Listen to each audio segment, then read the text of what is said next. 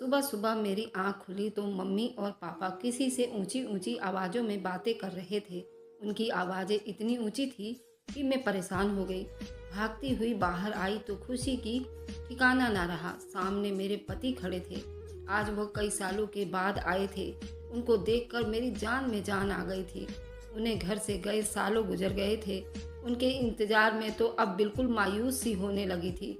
लेकिन आज उन्हें अपने सामने देखकर मैं सारे गिले शिकवे भूल गई। फिर मेरी नज़र उनके पहलू पर खड़े एक दुबले पतले और कम उम्र के लड़के पर पड़ी, जो बिल्कुल सहमा हुआ खड़ा था। मम्मी पापा उसकी वजह से मेरे पति से लड़ रहे थे। बेटा, इस बच्चे की कोई जात पात का कोई पता नहीं तुमको, उसे क्यों उठाकर घर लाए हो? मम्मी पापा आशीष से एक ही सवाल कर रहे थे। मम्मी जी, अपने लिए थोड़ी न लाया हूँ, आप लोगों की सेवा करने के लिए लाया हूँ। इसे मेरे मालिक ने मुझे तोहफे में दिया है। आप तो जानती हैं कि बुंदेलखंड की जमींदारों के पास कितनी ज़मीनें हैं और जायदाद कितनी मशहूर होती हैं। मैं इसे अपने साथ ज़बरदस्ती नहीं लाया हूँ। मेरे मालिकों ने इसको मुझे उपहार के तौर पर दिया है और ये भी मेरे साथ साथ यहाँ आने पर खुश है। क्यों रामू, बताता क्यों नहीं? तुझे यहाँ कोई दिक्कत है? रामू ने अपना सिर हिलाते हुए ना में उत्तर दिया। नहीं मालिक, मुझे कोई भी दिक्कत नहीं है यहाँ आकर। मैं बहुत खुश हूँ, उसने अपने आजू बाजू में देखते हुए कहा। उसकी खूबसूरती से तो मैं भी उसकी तरफ खिंचती चली गई। जबकि मैं एक औरत थी, मगर उसके नैन नक्श बहुत ही खूबसूरत थे और आंखों में ऐसी चमक थी कि एक पल के लिए मैं भी ठिठक कर रह गई थी। उसका हुस्न कम उम्र लड़कियों से भी कहीं बढ़कर था। खैर, उसने अपने कंधे पर तौलिया ले रखा था और अपने दोनों हाथे बांधे खड़ा था, जैसे किसी राज दरबार में कोई वजीर बांधी खड़े होते हैं। उसका अंदाज बहुत ही निराला था। मेरे पापा ने बहुत बहस किया मेरे पति से और उनको बहुत डांटा। कहा कि तुमने हमारे बगैर आज्ञा के इस बच्चे को रख लिया है। कल को ये बड़ा होगा तो बहू और हमारी औरतों के लिए समस्याएं खड़ी कर सकता है। मेरे पति ने किसी की भी नहीं सुनी। मैं भी खुश थी कि इन्हें मेरा कितना ख्याल है कि मेरे लिए काम करने के लिए नौकर भी लेकर आ गए, जो हर वक्त मेरी सेवा करेगा। मैं कोई काम नहीं करूँगी। वैसे भी आशीष बहुत सालों बाद घर आए थे।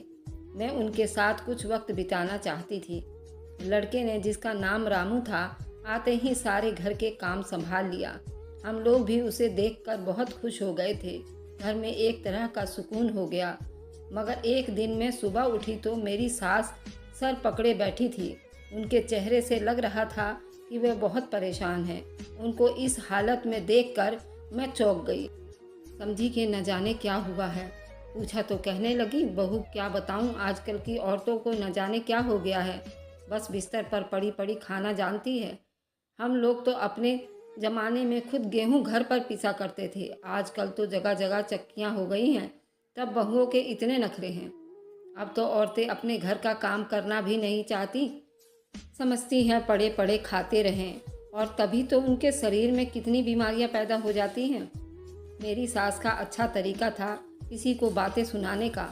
काम के लिए मैंने अपने दिल में सोचा कि अच्छा, अब क्या हुआ? क्या मैंने बड़ी बेरुखी से पूछा, बेटी ये जो रामू है ना, मुझे इस पर ज़रा भी विश्वास नहीं है। बाहर का लड़का है, भगवान न जाने कैसा होगा। घर में हम औरतें ही हैं, कल को ये बड़ा भी होगा। हमेशा ऐसा तो नहीं रहेगा ना? मेरी सास ने फिक्र जताते हुए कहा। मम्मी जी, आपको तो लगता है कि मेरा काम आसान हो गया है, इसलिए आप ऐसी बातें कर रही हो। आप चाहती ही नहीं कि मैं घर में आराम से रहूं। मैंने अपनी सास से शिकायत कर डाली। बेटी, ऐसी कोई बात नहीं है। चलो, तुम कहती हो तो मैं चुप हो जाती हूँ। मगर ये सब ठीक नहीं है। मेरी नज़रें तो कुछ और ही देख रही थी। सास ने ये बात करके मेरा और भी ज़्यादा दिल दुखा दिया था। मैंने उनकी बात का कोई जवाब नहीं दिया और अपने कमरे में चली गई। वैसे भी रामू वक्त पर मेरी सेवा के लिए खड़ा रहता, फिर मुझे उससे क्या डर था। दुबला पतला और आज्ञाकारी बच्चा था। उम्र उसकी अभी 14 साल की होगी। हर वक्त कंधे पर तौलिया रखता था। ऐसा बच्चा तो मैंने ज़िंदगी में कभी नहीं देखा था। उससे आने से मेरे पति का रवैया भी मुझसे बहुत अच्छा हो गया था, जबकि वे कभी मुझसे सीधे मुंह बात भी नहीं करते थे। लेकिन आजकल वह मुझे खुद भी हंसाने लगे थे। कहाँ उनके गर्म मिजाज जो मेरी खुशियों का गला घोंट देती थी। आज भी शाम का वक्त था। मैं और आशीष अपने कमरे में बैठे चाय पी रहे थे कि दरवाजे पर हल्की सी किसी की आने की आहट हुई। मैंने देखा तो सामने रामू खड़ा था। क्या बात है रामू, इस वक्त क्यों आए हो?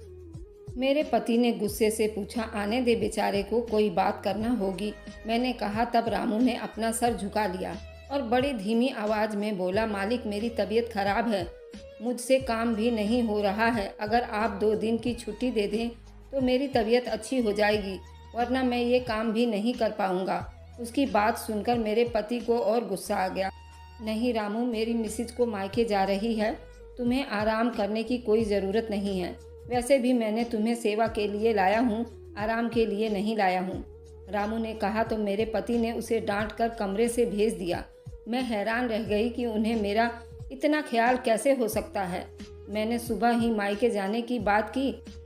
मुझे लगता था कि रामू का भी मेरे साथ दिल लग गया था। मेरे घर जाने पर वह उदास हो रहा था, इसलिए बीमारी का बहाना कर दिया। फिर अगले सुबह आशीष मुझे मेरे मायके पहुंचाने आए। मैं बहुत खुश थी। काफ़ी दिनों बाद अपने मायके जा रही थी। मैं अपने पिता के घर आई थी। मेरी खुशी का कोई ठिकाना नहीं था।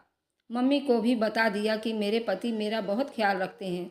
अपने साथ एक नौकर भी लाए हैं जो हर वक्त मेरी सेवा में लगा रहता है। ये सुनकर मेरी मम्मी भी मुझे डांटना शुरू कर दिया। ये क्या बुरी आदत लगा रखी है, तुमको ऐसा नहीं करना चाहिए। अपने घर का काम खुद करो, अपने पति का ख्याल भी खुद रखो। मैं अपनी मम्मी की बातें सुनकर बिल्कुल चुप हो गई।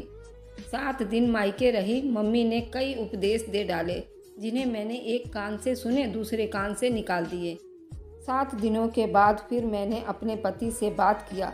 कहने लगे, अभी 2-3 दिन मायके में ही रुको, मैं कुछ ज़रूरी कामों से फ्री होकर तुम्हें लेने आऊँगा।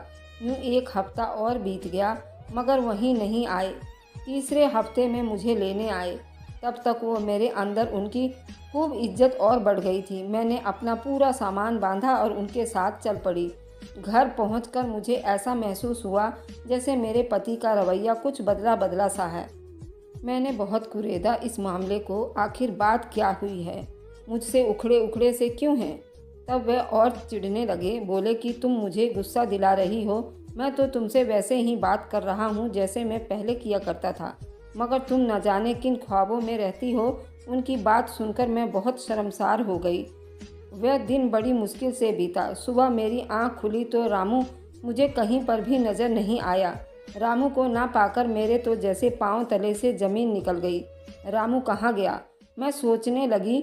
उसके बगैर तो मेरा गुजारा बहुत मुश्किल था। उसके कमरे में जाकर देखा तो वहाँ भी नहीं था। थोड़ी देर के बाद सास ने बताया कि उसे अस्पताल लेकर गया है, क्योंकि उसकी तबीयत बहुत ख़राब थी और काम भी नहीं हो रहा था। तब मुझे याद आया कि 2 हफ्ते पहले भी यह अपनी तबीयत की खराब होने की शिकायत कर रहा था। आज शाम तक वह अस्पताल से वापस आ गया। उसने एक बड़ी सी चादर ओढ़ रखी थी और कंधे पर वही तौलिया लिए रहता। मैंने उसका हाल चाल पूछा तो बड़ी मरीली सी आवाज़ में बोला, बस ठीक हूँ दीदी, बस आप भगवान से प्रार्थना करें मेरे लिए और मेरे माँ बाप भी ठीक रहें। उसकी बात सुनकर मैं भी थोड़ी सी परेशान सी हो गई। वह बेचारा अपने माँ बाप से दूर था और हमारी सेवा के लिए यहाँ आकर बैठा था। मैंने उसे कमरे से जाने का कहा। तुम जाओ बेटा, मैं तुम्हारा ख्याल रखूँगी, कोई ज़रूरत नहीं है काम काज करने की, मैं तुम्हारी ख्याल भी रखूँगी, मैंने कहा। तो उसने मेरी इज्जत करते हुए अपना सर झुका लिया और अपने कमरे में चला गया। 2-3 दिन बाद वह अपने कमरे में आराम कर रहा था। मैंने भी उसका जी जान से ख्याल रखा, मगर जब 1 हफ्ता बीत गया, घर के कामों में मुझे उसकी ज़रूरत महसूस होने लगी तो मैंने उसे कहना शुरू किया, रामू अब तुम काम के लिए तैयार हो जाओ, मैंने तुम्हारा बहुत ख्याल रखा है। अब तुम्हारी सेहत भी अच्छी हो गई है, मेरी मदद करोगे तो मैं भी तुम्हारा ख्याल रखूँगी।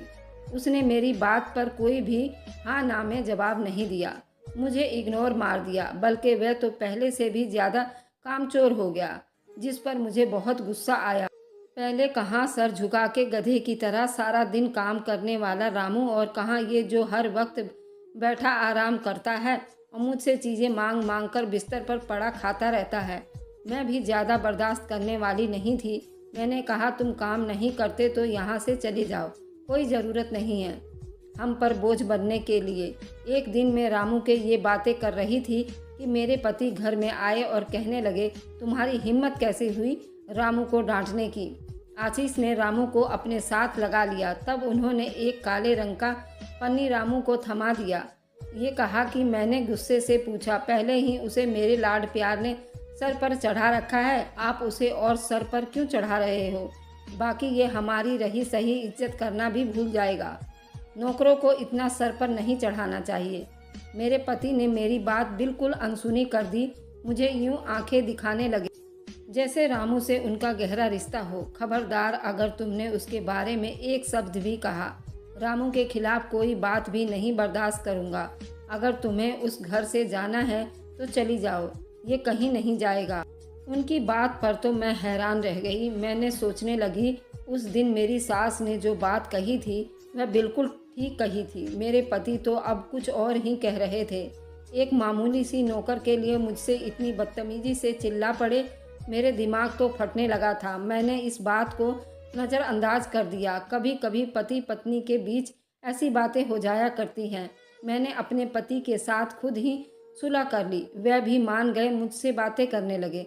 रामू ने भी अपनी जिम्मेदारियां दोबारा संभाल ली, लेकिन अब उसने अपने कंधे से तौलिया के साथ साथ चादर ओढ़ना भी शुरू कर दिया था। उसकी चाल ढाल भी औरतों वाली हो गई थी। एक दिन कुसुम आंटी हमारे घर आई। वह हमारे पड़ोस में ही रहा करती थी, जो कभी कभार हमारे घर आती थी, मगर जब भी आती तो अच्छी बातें करती और अच्छी राय देकर जाती, जो मेरे काम आते रहते। आज कुसुम आंटी हमारे घर आई थी तो रामू ने उसे चाय बनाकर दी। उसने चाय पीते हुए रामू को बड़ी गौर से देखा। सर से पांव तक उसको निहारती रही। रामू जब चला गया तो बड़ी गंभीरता से उन्होंने मुझसे एक बात बताई। कहने लगी, तुमने कुछ सोचा है? अब उसका क्या करोगी? उसे अपने घर से निकालो। ऐसे लड़के अपने घर में रखना अच्छी बात नहीं है। उसने गहरी नज़रों से रामू को देखते हुए कहा। कुसुम आंटी, आपको ऐसा क्यों लग रहा है? मैंने तो हैरत से पूछा। बस उसकी चाल ढाल तो देखो, उसके अंदर देखो, कहीं से भी ये लड़का नहीं लगता। मुझे लग रहा है तुम अपने लिए मुश्किल पैदा करने लगी हो। मैंने कहा, तुम कैसी बातें कर रही हो कुसुम आंटी? भला उससे मुझे क्या खतरा हो सकता है? मैंने बड़ी हैरानी से पूछा। देखो, आजकल के ज़माने में कुछ भी मुमकिन है। ऐसी बातें ना करो जिससे तुम्हारी आबाद ज़िंदगी को कोई खतरा हो। हमेशा इंसान को एहतियात से काम लेना चाहिए। मगर मेरे पास रामू के बारे में कोई सबूत नहीं था जो मैं उससे लड़ झगड़ कर घर से बाहर निकाल देती। एक रोज़ मैं सुबह सुबह नाश्ता कर रही थी। रामू को आवाज़ देने लगी, मगर उसने कोई जवाब नहीं दिया, तो मैंने उसके कमरे में चली गई। गलती से आज उसने अपना दरवाज़ा खुला छोड़ दिया था, नहीं तो पहले हमेशा ज़्यादातर बंद ही रखता था। मैंने दरवाजे से अंदर झांका तो रामू ने अपने कंधों से तौलिया उतार रखा था और चादर भी उतारा हुआ था। ये सब देखकर तो मेरे पांव पर खड़ी ना रह सकी। दीवार ना सहारा लेती तो शायद वहीं गिर जाती। लड़खड़ाते कदमों से वापस आने पर कमरे में आ गई। अब तो मेरी सास भी चुप थी। शायद उन्होंने रामू उस रूप में कबूल कर लिया था। मैंने सोच लिया कि अब रामू को अपने घर में नहीं रहने दूंगी। पति के आते ही मैंने शोर मचाना शुरू कर दिया। अब इस घर में मैं रहूंगी या रामू रहेगा? मैंने बड़ी चीखते हुए कहा था, मैं अपना काम खुद कर सकती हूँ, मुझे उसकी ज़रूरत नहीं है। हाँ ठीक है, कोई बात नहीं, जैसा तुम कहोगी वैसा ही होगा। मेरे पति ने ऐसी बाजी पलटी कि मैं तो हैरान रह गई। मैं भी रामू से तंग आ गया हूँ। उन्होंने कहा, तो फिर कब जाएगा यहाँ से? मैंने एक शब्द चीखते हुए कहा। बस कल ही मैं उसका सामान पैक कर देता हूँ। वैसे भी अब ये बड़ा हो गया है, उसके यहाँ रहने की कोई तुक नहीं बनती। आशीष आज बार बार रामू के खिलाफ बोले जा रहे थे, जबकि ये बात मेरे लिए बिल्कुल भी उल्टी थी। ऐसा तो कभी ज़िंदगी में नहीं हुआ था। वे हमेशा उसके साथ हमदर्दी जताते थे। मेरे सास ससुर इस मामले में बिल्कुल चुप थे, जैसे उन्हें कोई सांप सूंघ गया हो। अगले दिन मैं सुबह उठी तो मेरे पति रामू का सामान लेकर दरवाजे से बाहर अपने साथ लिए जा रहे थे। कहाँ जा रहे हो आप? मैंने पूछा। रामू को उसके घर छोड़ आऊँ? उसने अपने घर जाने का वक्त आ गया है। इस बेचारे ने हमारी बहुत सेवा कर दी। मैं अब इसे ज़्यादा यहाँ नहीं रख सकता, आशीष ने कहा। रामू को लेकर गाड़ी में बैठ गए। उनके जाने के बाद मैंने भगवान से प्रार्थना की, रामू इस घर से चला गया, वरना मैं जीते जी मर जाती। रामू को घर से निकाल कर अब तो मेरा चैन सुकून लौट आया। मैंने अपने कमरे में बैठी आशीष का इंतज़ार कर रही थी कि वे आएंगे तो मैं अपने उनसे ढेर सारी बातें करूंगी, क्योंकि कुछ दिनों से रामू की वजह से घर के हालात ख़राब हो गए थे। मैं चाहकर भी अपने पति को वक्त नहीं दे पाती थी, मगर ये तो मेरी दिमागी ख्याल थे। आशीष रामू को लेकर चले गए थे और सुबह के गए शाम तक घर वापस नहीं आए थे, तो मेरे हाथ पाँव फूलने लगे। सास ससुर से भी पूछा, वे बड़े आराम से बैठे थे, जैसे उन्हें किसी बात की कोई परवाह नहीं थी। फिर ऐसे ही इंतज़ार में अब 3 दिन बीत गया। अब तो बात मेरी बर्दाश्त से बाहर जाती रही थी। मैंने अपनी सास से विनती करके पूछा तो बोली, बेटी तूने अपना घर खुद बर्बाद कर दिया। तब सास ने अपने कमरे से मुझे एक चाबी उठाकर दी और बोली, अगर फ्री हो जाओ तो इस वक्त उस पते पर चली जाना और जाकर अपनी हकीकत अपनी आंखों से देख लेना। उन्होंने चाबी मेरे हाथ में थमा दिए, कहा, और खबरदार जो तूने कोई हंगामा करने की कोशिश की। मेरे बेटे की खुशी जिस बात में है हम उसी बात में रहेंगे। मैंने पहले तुम्हें कहा था कि तुम बाज आ जाओ, मत भरोसा करो लोगों पर, लेकिन तुमने मेरी एक न सुनी। अब अपने किए का इंजाम भुगतो। अपनी सास से ये बात सुनकर मेरी रही सही उम्मीद भी जाती रही। अगले दिन वे चाबी लेकर मैं उस पते पर पहुंच गई। वहां जाकर मैंने फ्लैट का दरवाज़ा खोला। शायद मेरी पति जानबूझकर ये सब हकीकत मुझे दिखाना चाह रहे थे। फ्लैट का दरवाज़ा खुलते ही मेरे कदमों तले से ज़मीन निकल गई, क्योंकि सामने मेरा पति रामू के साथ बैठा था, जिसने पूरा साल अपने रूप से मुझे अनजान रखा था, वह भी मेरे नासमझी से। मैं ये लड़का नहीं था, वह तो लड़की थी। उसने अपना हुलिया लड़कों जैसा बना रखा था। मुझे 5 साल से कोई बच्चा नहीं हुआ था। रामू जो लड़के के रूप में लड़की थी, उसने अपने हुलिया हमेशा लड़कों जैसी बना रखी थी। पूरे 1 साल मेरी सेवा करी थी और फिर मेरे घर में ऐसा नकाब लगाया जिसे मुझे कभी उठाने नहीं दिया। मेरा घर बर्बाद हो गया था, मेरा पति उसका हो गया और मैं अकेली रह गई। उसका असली नाम रामू नहीं रानी था। रानी मेरे पति से 3 बच्चे यानी 3 बेटे पैदा किए और बच्चे मेरे पति के जान थे। मेरे लिए अब जिंदगी का कोई मकसद नहीं था। मेरे पति ने मुझे बताया कि उन्होंने किसी जमींदार की सेवा की थी, जिसके बदले में वे रानी को मुझे दे दी थी। वह बहुत खूबसूरत थी, देखने वालों की नज़र उस पर टिक जाती थी, मगर उन्होंने उस माहौल से बचाने के लिए लड़के का रूप देकर अपने साथ अपने घर ले आया। शुरू में उनका इरादा था कि वह उसे एक नौकर की तरह रखेंगे, मगर उसकी मासूमियत और उसकी खूबसूरती ने दोनों को शादी करने पर मजबूर कर दिया। अब जबकि रानी 20 साल की हो चुकी थी, लेकिन वह मेरे लिए तो अभी बच्ची थी। मैंने उसको 1 साल अपने बेटे की तरह समझा था। रानी ने भी अपने बड़पन से मेरा दिल जीत लिया था।